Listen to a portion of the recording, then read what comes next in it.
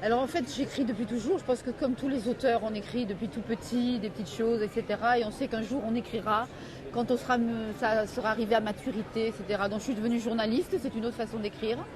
Et puis journaliste à la radio, à France Inter, Europe 1.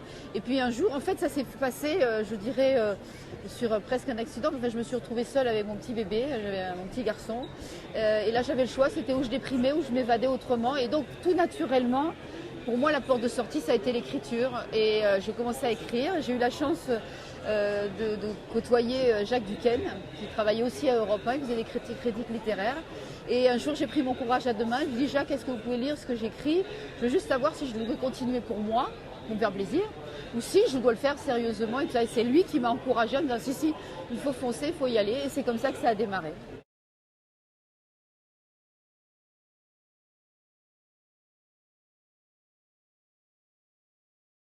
Ah oui, très particulièrement oui. Parce que les premiers que j'ai écrits qui n'étaient pas à Terre de France, c'était nationaux, c'est des romans historiques au Moyen-Âge, etc. Mais depuis que je suis revenue au pays en 2000, j'écris spécifiquement sur la région parce que il se trouve que la terre catalane, comme en Bretagne par exemple, a subi une politique d'acculturation avec l'école de Jules Ferry, les hussards noirs de la Troisième République. Et les Catalans aujourd'hui ont oublié leur histoire. Leur mémoire, c'est pleine de trous de bruyère. Et en fait, je remplis ces trous. Mes romans ce sont des romans de terroir, mais en même temps très historiques. Je reconstitue toujours à l'identique un pan de l'histoire régionale qui a complètement disparu des mémoires. Donc oui, ils sont forcément très locaux. Pour moi, c'est une étiquette, honnêtement. J'écrivais pareil. Avant, c'était roman historique parce que ça s'est passé au Moyen-Âge. Bon, voilà, moi, ce sont des romans effectivement historiques. C'est vrai qu'ils sont ancrés dans une région, mais comme quand même les trois quarts des Français sont des provinciaux quand même. Et donc, roman de terroir. Les Français adorent les étiquettes. Il faut absolument qu'ils mettent roman policier, roman de terroir. Bon, c'est un roman avant tout quand même.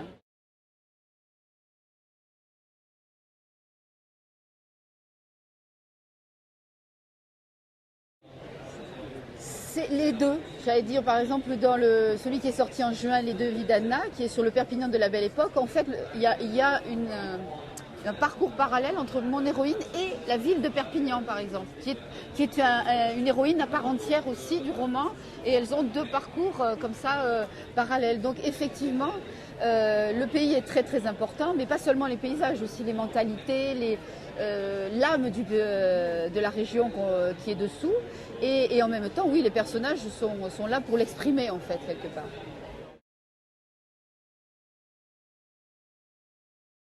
Je suis à la base historienne, historienne. J'ai fait des études d'histoire et j'adore l'histoire de toute façon.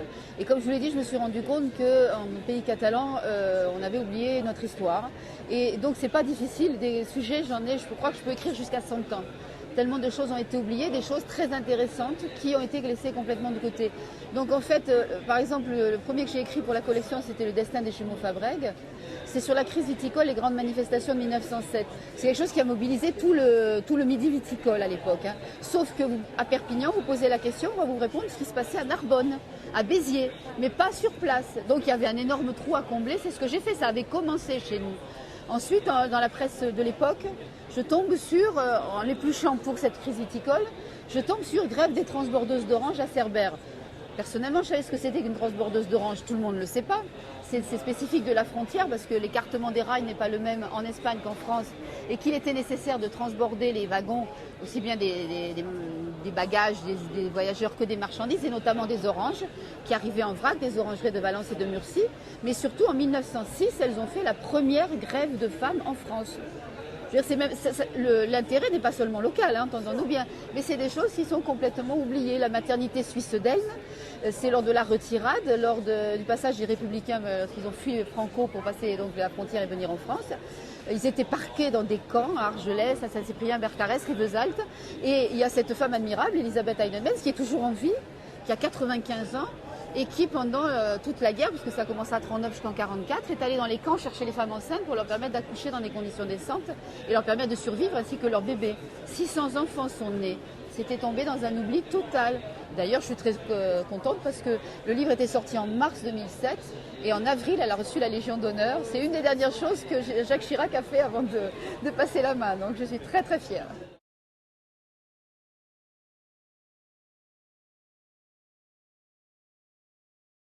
Oui, un passeur de mémoire et voilà, de reconstitution de la mémoire à trous, comme je disais, des Catalans, et c'est très important. Alors c'est peut-être moins perceptible pour le reste de la France. J'ai des lecteurs dans les autres régions qui, eux, s'intéressent surtout à l'intrigue, évidemment, mais pour le sud méditerranéen, il y a un intérêt supplémentaire, quoi.